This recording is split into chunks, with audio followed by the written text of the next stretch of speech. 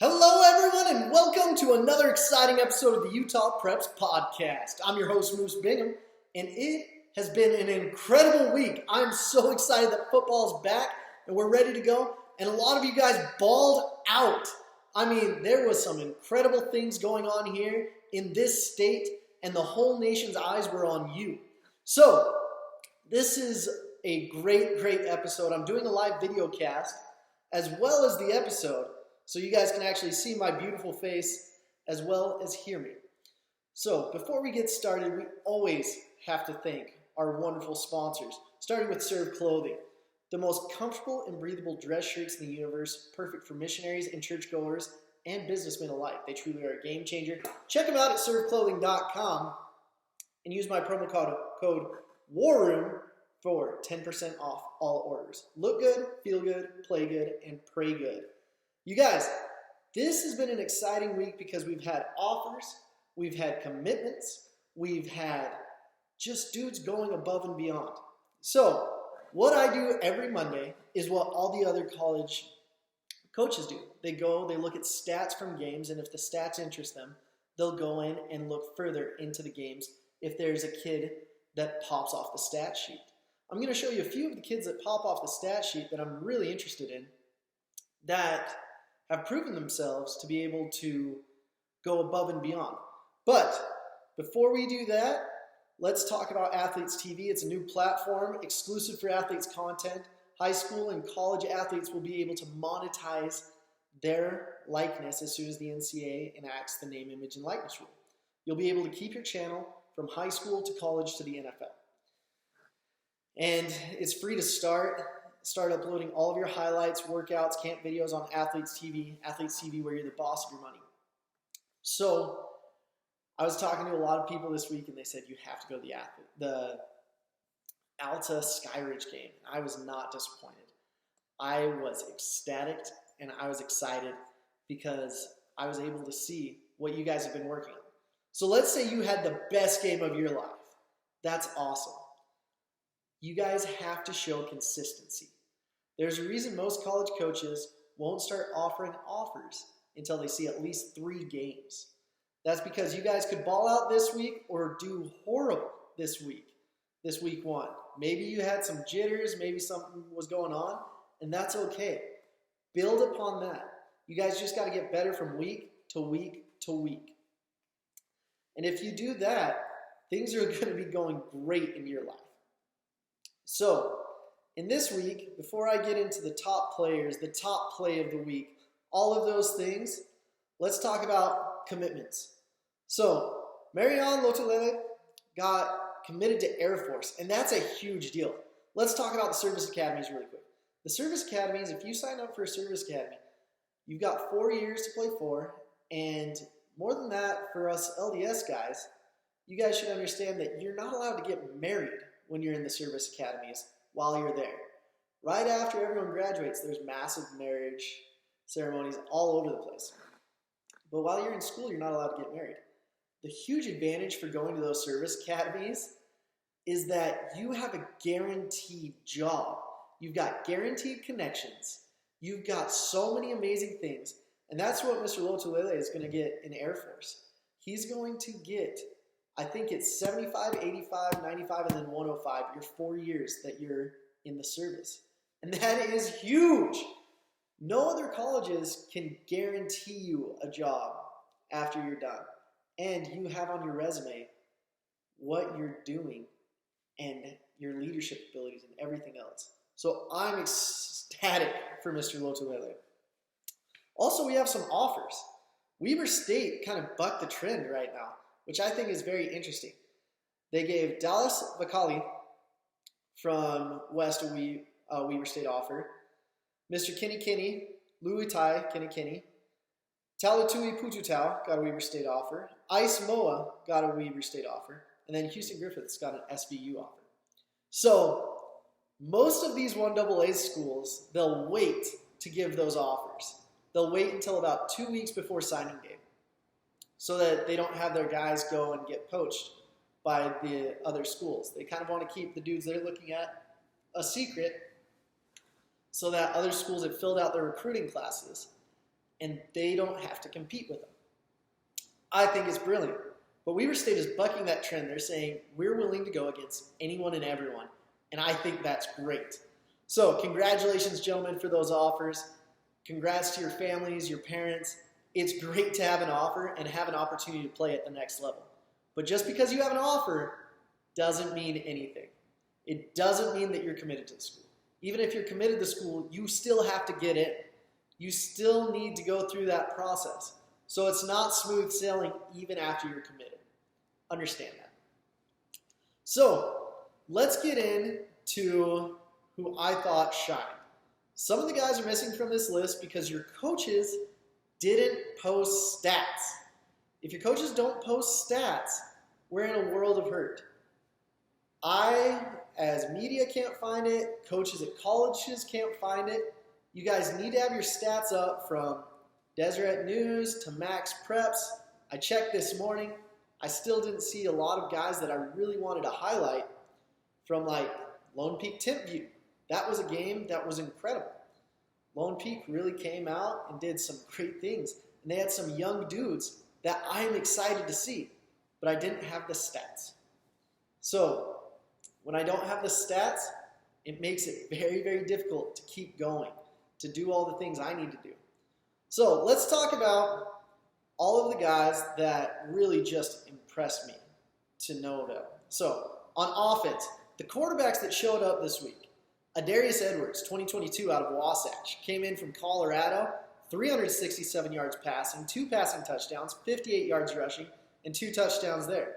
Sam Levitt out of Pleasant Grove came in from Oregon, had 300 yards plus, and then just did amazing with the ball in his hands, slinging it. Some of his highlights were really impressive.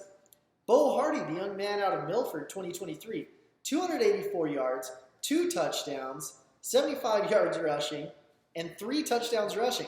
Balled out. Tyler Nelson, 2021, 232 yards, 5 touchdowns.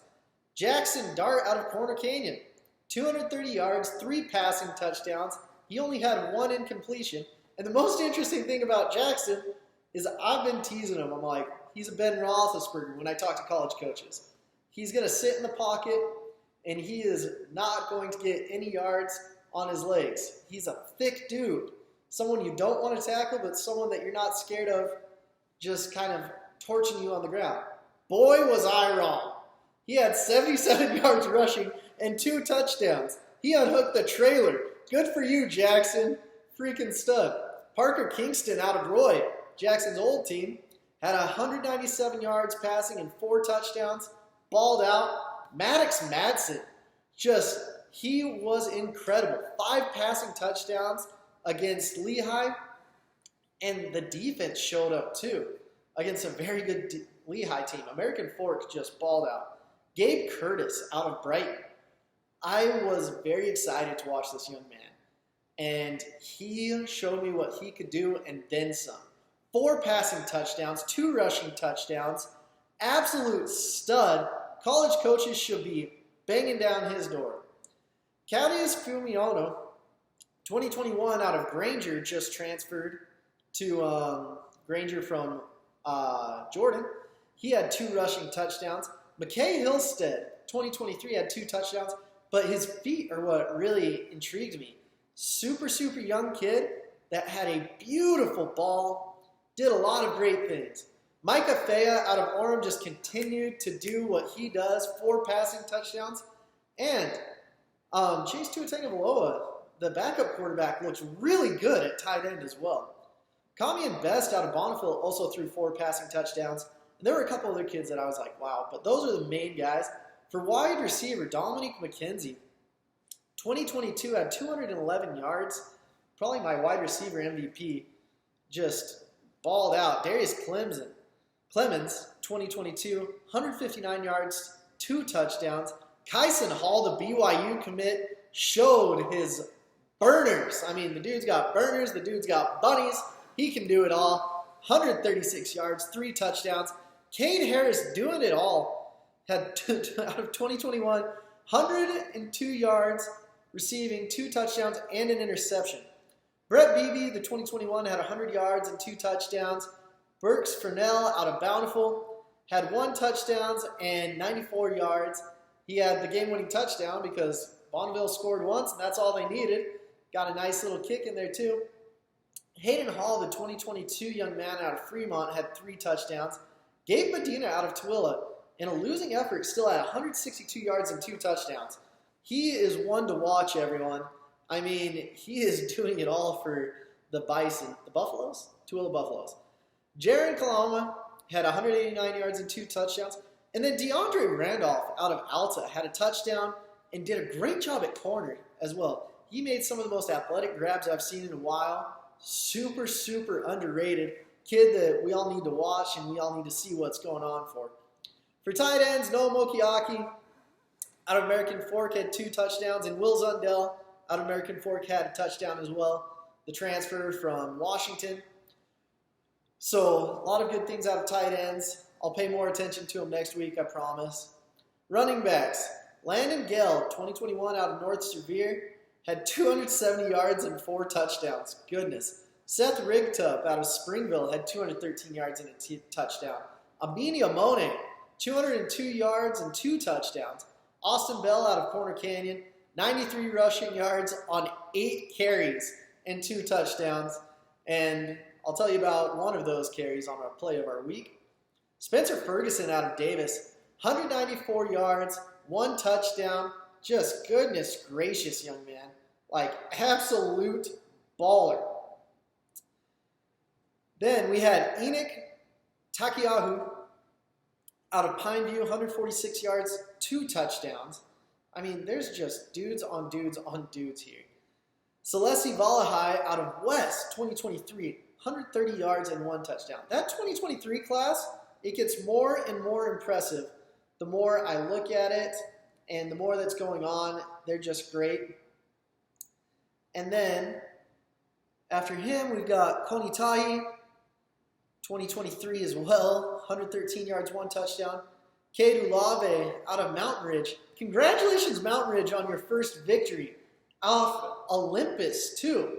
That's something I don't think anyone in the state saw. Those young men believed in themselves, and they were balling. Also, Bretton Stone out of Snow Canyon had 2 touchdowns. Bo Hickman out of Snow Canyon had 2 touchdowns. Joe Smith out of Orem, nice receiving out of the backfield.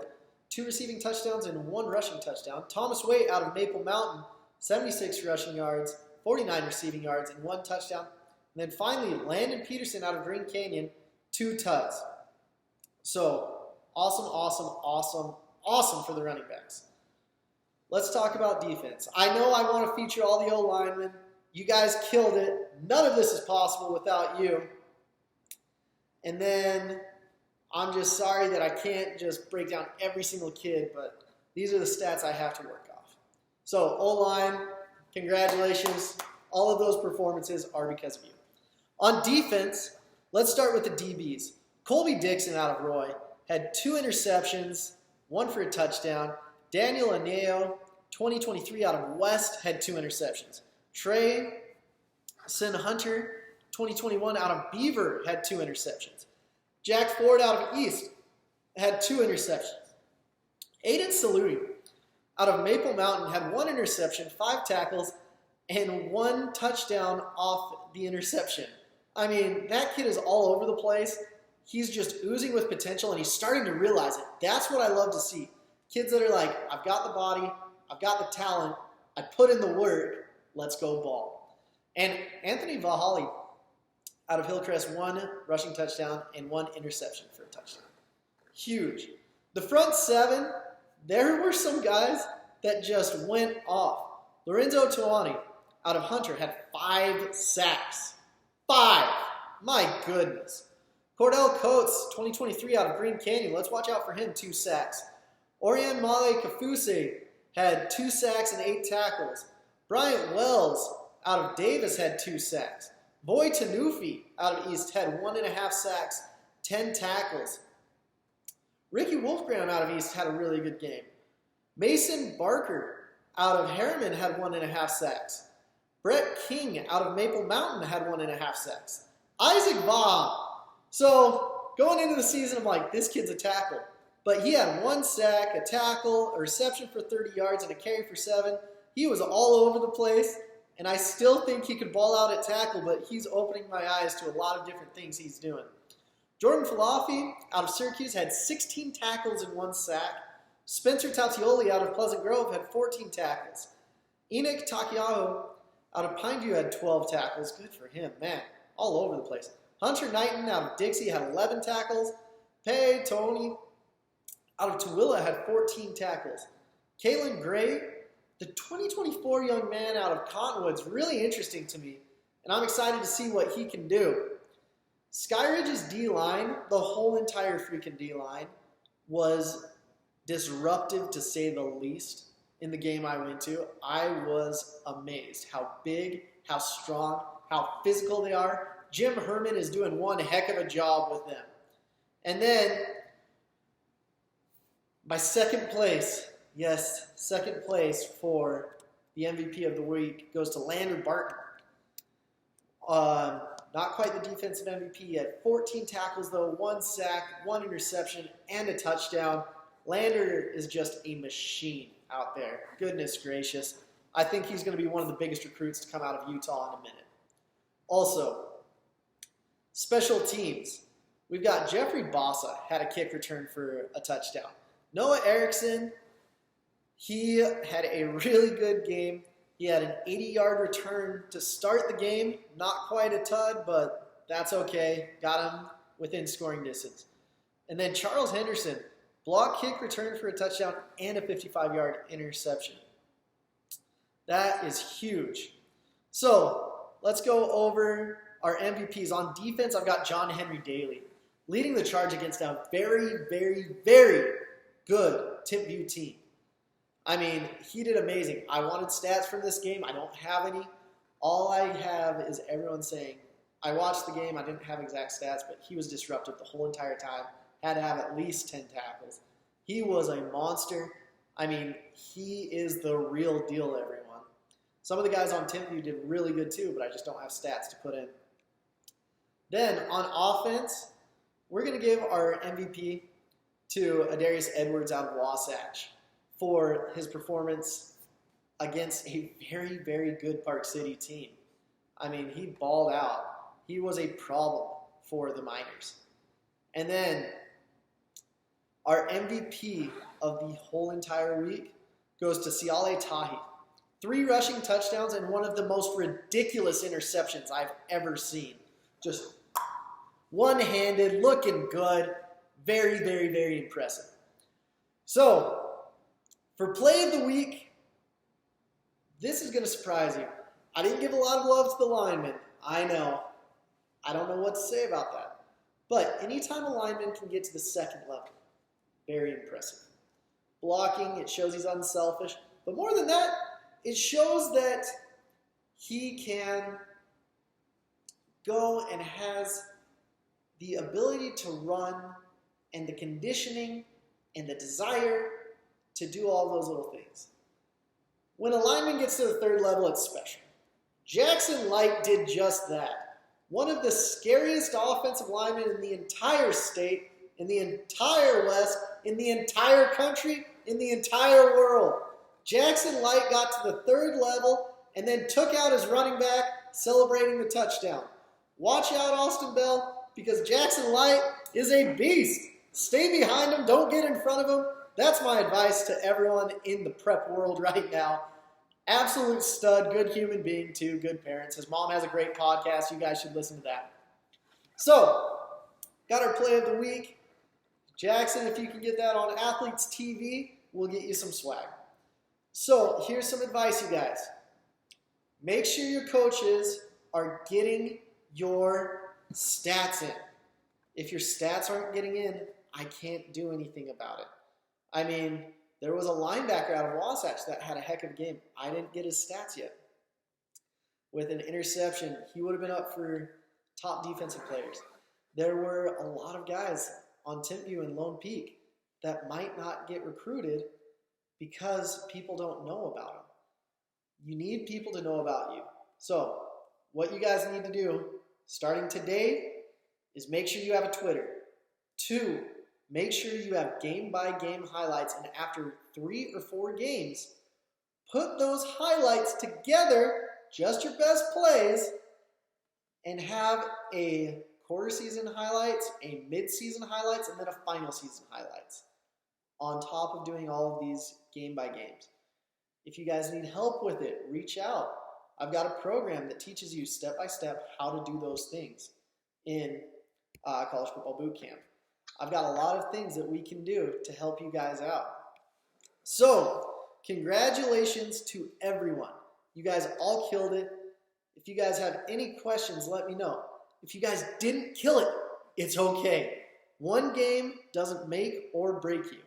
I had games where coaches would show up, and I had decent games. But don't be afraid to take a step back, realize it's just football, and you have the ability through your hard work to take advantage of this situation. So, once again, I love all you guys. You're amazing. Keep up the great work. If you guys have any questions, I'm always here for you. I will respond very quickly. On Twitter is the best way to get a hold of me. I'm going to try to get Ben Criddle back on here because we're in the season, you guys. Congratulations. I'm going to tweet all this out so all the colleges that follow me will be able to see what's going on. And if you guys have any questions or need anything, let me know. I love you. Go ball out this week. We'll talk to you later. Bye.